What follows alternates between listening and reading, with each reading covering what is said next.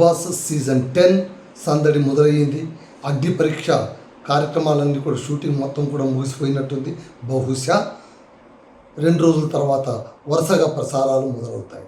అయితే దీనికి సంబంధించి తాజాగా విడుదలైనటువంటి 2 ప్రోమోస్ అద్భుతంగా ఉన్నాయి, సందడి పుట్టిస్తున్నాయి, ప్రేక్షకుల్లో ఉన్న అంచనాలను విపరీతంగా పెంచేస్తున్నాయి.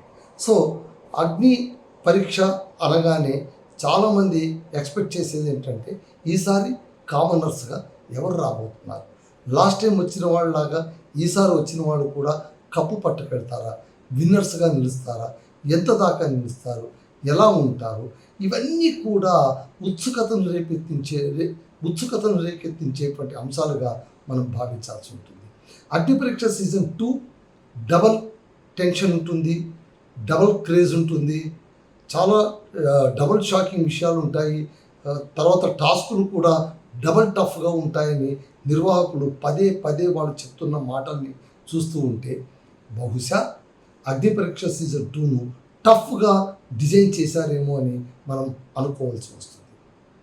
అయితే చాలామంది అంటున్నది ఏంటంటే ఏముందండి అగ్ని పరీక్ష సీజన్ 2 చూసాము, ఏం లేదు, అంత రొటీన్గానే ఉంది, గత సీజన్ ఎలా ఉందో ఇప్పుడు అలాగే ఉంది, ఏముంది అందులో గొప్ప, అదే టైర్లు ఎత్తడం, అదే కండలు చూపించుకోవడం, అదే ఫోన్లు పగలగొట్టడం, చూసి చూసి మొనాటనస్ అనిపించింది, కొత్తగా ఏదైనా చేయొచ్చు కదా మనకు ఆసక్తి కలిగించే విషయాన్ని విధంగా అని కొంతమంది కామెంట్లు చేస్తున్నారు. సరే, బిగ్ బాస్ బాగుందని కొంతమంది, బాగలేదని కొంతమంది, నైతికమని కొంతమంది, అనైతికమని కొంతమంది, ఇలా ఎప్పటికప్పుడు ప్రతి సీజన్లోనూ వాదోపవాదాలు వివాదాలు నడుస్తూనే ఉంటాయి. కెప్ట్ అసైడ్ వాటన్నిటినీ కాస్త పక్కన పెడితే అసలు ఈ సీజన్ ఉత్సాహంగా మారడానికి లేదా ఉత్సుకతగా మారడానికి ఏమి ప్లాన్ వేశారు, ఏంటి, ఏం కథ అంటే ఒకటండి, నాకు ఎప్పటికీ వచ్చే డౌట్ ఏంటంటే మనం కొత్త అని ఆశించడం తప్పేం లేదు. ఎందుకంటే అసలు మనం నావెల్టీ కోసమే పరితపిస్తుంటాం. సినిమాలు కావచ్చు, షోలు కావచ్చు, ముఖ్యంగా రియాలిటీ షోస్ ఎందుకు చూస్తామంటే అందులో రియాలిటీ ఉంటుందని. రియాలిటీ షోలోనే డ్రామా స్క్రిప్టెడ్గా నడిచిందనుకోండి, దానిపైన ఎవరికి నమ్మకం ఉంటుంది. ఇప్పటికీ చాలామందికి బిగ్ బాస్ స్క్రిప్టెడ్గా నడుస్తుందని చాలామంది అనుకుంటుంటారు. కానీ లోపల పోయి వచ్చిన వాళ్ళు కొంతమంది స్క్రిప్టెడ్ కాదండి, అది స్పాంటేనియస్ ఎమోషన్గా ఉంటుంది, అక్కడ స్క్రిప్ట్లు ఏమి నడవవు, ఒకరోజు నాటకం ఆడచ్చు, 2 రోజులు నాటకాలు ఆడచ్చు, 100 రోజుల పాటు ఎవరు నాటకాలు ఆడలేరు కదా.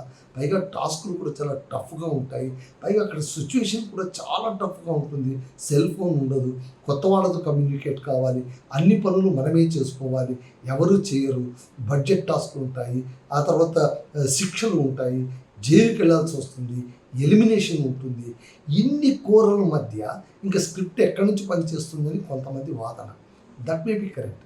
అయితే కొంతమంది ఏమాత్రం టాలెంట్ లేదని ప్రజలు అనుకుంటున్నా వాళ్ళు అక్కడే ఉండడం, కొంతమందిని యాంకర్లు ప్యాంపర్ చేయడం, ఇవన్నీ చూసినప్పుడు మళ్ళీ కాస్త అనుమానాలు అటువైపుగా మారిపోతూ ఉంటాయి. సరే, ఇవన్నీ కూడా మనం ముందు చర్చించుకుందాం.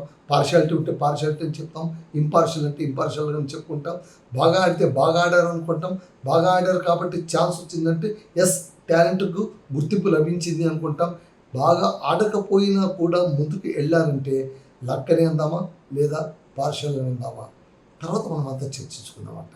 చాలా టైం ఉంది కదా ఇంకా. కాకపోతే ఇప్పుడు మనం కమింగ్ టు ది పాయింట్, అగ్ని పరీక్ష సీజన్ 2 ప్రోమోస్ 2 విడుదలయ్యాయి. అది ఎపిసోడ్ 1కు సంబంధించి. ఈ ప్రోమోలోన 3 క్యాండిడేట్లను చూపించారు. ఆ 3 క్యాండిడేట్లు కూడా చాలా ఆసక్తికరమని అనిపించారు నాకైతే. బహుశా అలాంటి వాళ్ళని ప్రోమోలో కట్ చేసి ఉండొచ్చు కూడా, ఎందుకంటే మనకు అంచనాలు పెంచడానికి, మనం చూడటానికి. సరే, వాళ్ళ టెక్నిక్స్ ఏమైనా వాడుకోవచ్చు కాక. సో ఈ మళ్ళీ ప్యాటర్న్ సేమ్గా ఉంది. కొంతమంది విమర్శిస్తున్నట్టు అగ్ని పరీక్ష అదే సెట్టింగ్ ఉన్నట్టుంది, మళ్ళీ అలాగే ఉంది, అదే శ్రీముఖి, అదే అభిజిత్, అదే బిందు మాధవి, అదే నవదీప్. ఏముందండి కొత్త అంటే ఏమీ ఉండకపోవచ్చు, కానీ వచ్చేటువంటి వాళ్ళు కొత్త కదా, వాళ్ళు మాట్లాడేటువంటి మాటలు కొత్త కదా, వాళ్ళు ఆడేటువంటి ఆటలు కొత్త కదా. ఇందులో కదా మనం కొత్తదనం ఎదుర్కోవాల్సింది. మీకు చిన్న ఉదాహరణ చెప్తాను చూడండి. ఇప్పుడు ఒక క్లాస్ రూమ్ ఉంటుందండి.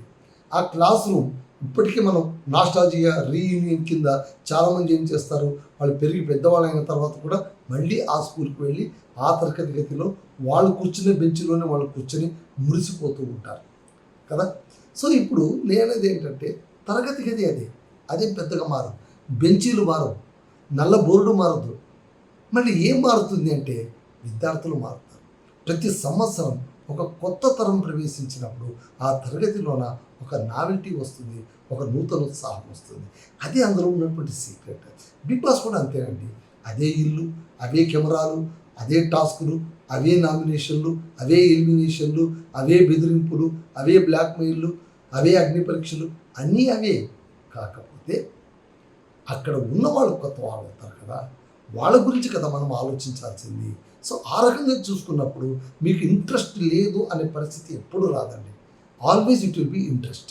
So coming to the point, ఇక్కడ ముగ్గురిని చూపించారని మనం అన్నాం కదా ఈ ప్రోమో 2లోన. సో మొదట వచ్చింది ఉప్పల్ బాలు.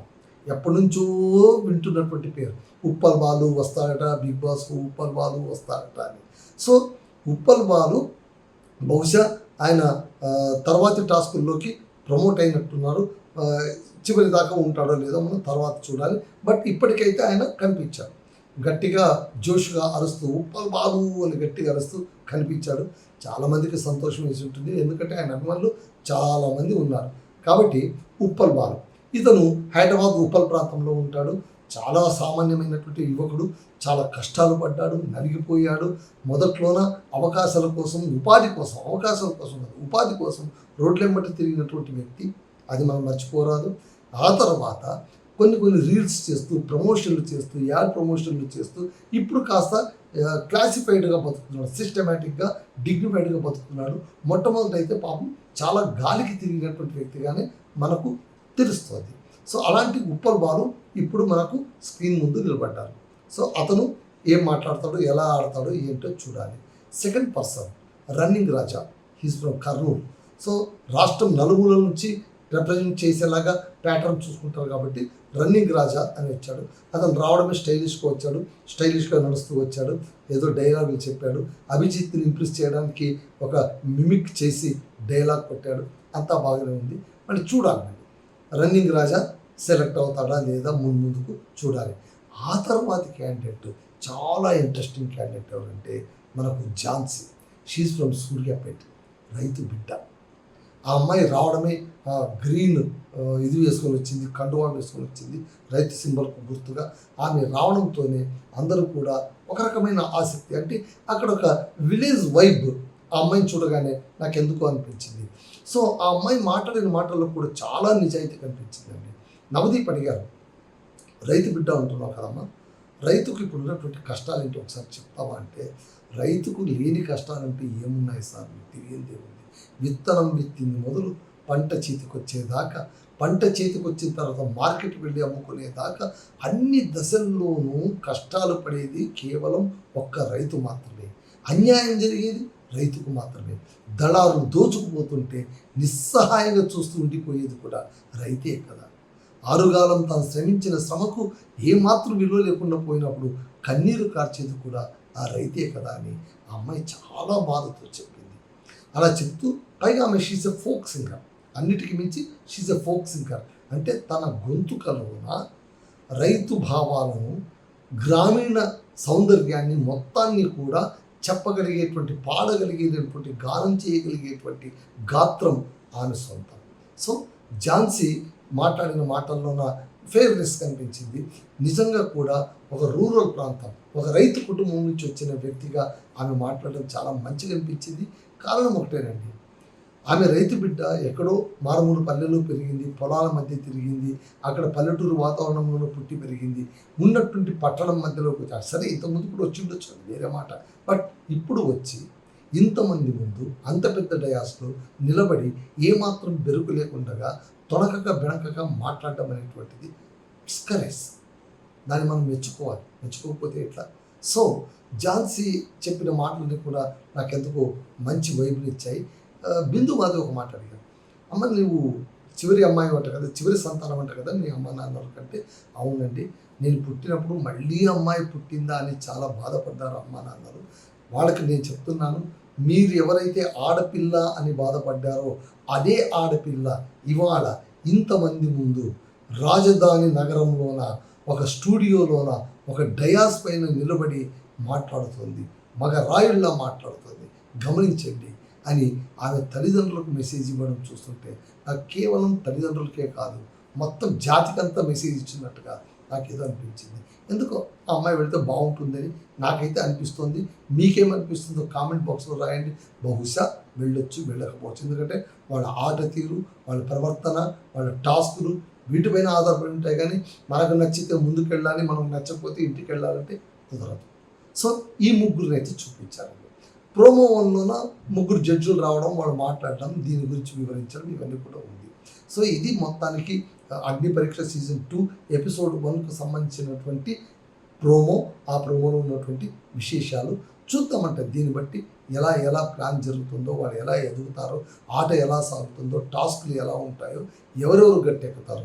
నాకు తెలిసి అంటే 20 మంది, అంటే ఇప్పుడు దాదాపు 70 మంది ఉన్నారు కదా, ఈ 70 మందిలో చివరికి 20 మంది మిగులుతారేమో అని అనుకుంటే లేదు, 15 మందే అని మరికొంతమంది అంటారు లాస్ట్ టైం లాగానే. సో ఈ 15 మందిని ఓడబోసిన తర్వాత అందులో ఉన్న మళ్ళీ ఏ 4గురినో 5గురినో వాళ్ళకు కూడా 2-3 వెయిటింగ్ లిస్ట్లో పెట్టి డయాస్ పైన 3 అయితే పంపిస్తారు. అదైతే గ్యారంటీ. డయాస్ పైన 3 పంపిస్తారు. అందులో మనకు లాస్ట్ టైం చూసినట్టుగా ఓటింగ్ సిస్టమ్ ఉంటుంది కదా, ప్రజలు ఓటు వేసి గెలిచిన వాళ్ళు ఒకరు, ఆ తర్వాత జడ్జెస్ ఓటు వేసి సెలెక్ట్ చేసిన వాళ్ళు ఒకరు, చివరిగా యాంకర్ నా రైట్ కూడా ఉందని ఆమె ఒకరిని తీసుకెళ్ళి నిలబెడతారు. ఇవన్నీ కూడా షేర్ చేసుకోవడమే, కానీ ఆల్రెడీ వాళ్ళకి మార్కులు వచ్చి ఉంటాయి. అయితే ఇంకొక కోణం ఒకటి చెప్పి నేను ఈ ఎపిసోడ్ ముగిస్తాను. ఏంటంటే అగ్ని పరీక్ష సీజన్ 2లోన పార్టిసిపేట్ ఇప్పటికే, ఎందుకంటే వేలాది మంది అప్లికేషన్స్ ఇచ్చారు కదా, అందులోనూ ప్రైమరీ రౌండ్లోనే కొంతమంది గొడవపోయినా బయటికి వెళ్ళిపోయింటారు కదా.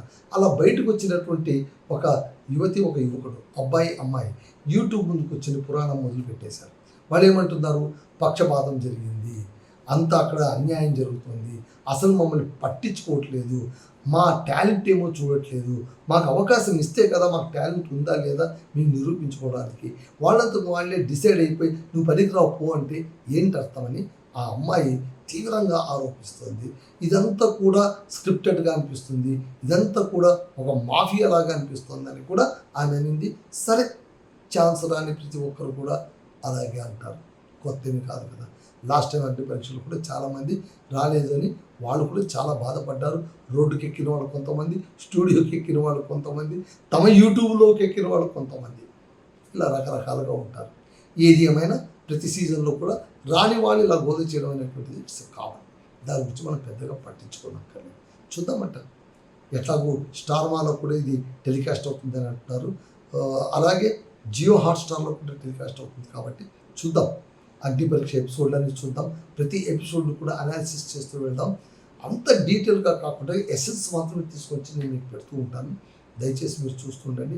అగ్ని పరీక్ష కానీ బిగ్ బాస్ కానీ ఈసారి నేను ఒకటి అనుకుంటున్నానండి, ఇంపార్టెంట్ కీ పాయింట్స్ ఏమైనా ఉంటాయో, నక్షల్ పాయింట్స్ ఏమి ఉంటాయో దాన్ని నేను షార్ట్లోన చెప్పేస్తాను, ఒక 2-3 మినిట్స్లోన. డీటెయిల్ అనాలిసిస్ మాత్రం ఖచ్చితంగా ఉంటుంది ప్రతిరోజు.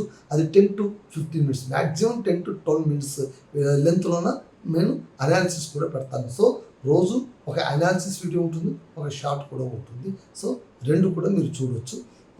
టైం లేని వాడు ఉదయం పూట షార్ట్ చూసుకొని తర్వాత తీరిగ్గా క్లిక్ చేసుకొని మొత్తం అనాలిసిస్ కూడా చూసే అవకాశం కూడా ఉంటుంది. సో నా ఛానల్ని యథా ప్రకారంగా మళ్ళీ చెప్తున్నాను, నా ఛానల్ని లైక్ చేయండి, షేర్ చేయండి, సబ్స్క్రైబ్ చేయండి. మీరు పెంచితే తప్ప ఈ ఛానల్ పెరగదు. ఈ ఛానల్ పెరుగుతున్న కొద్దీ క్వాలిటేటివ్ ప్రోడక్ట్ కూడా ఖచ్చితంగా నేను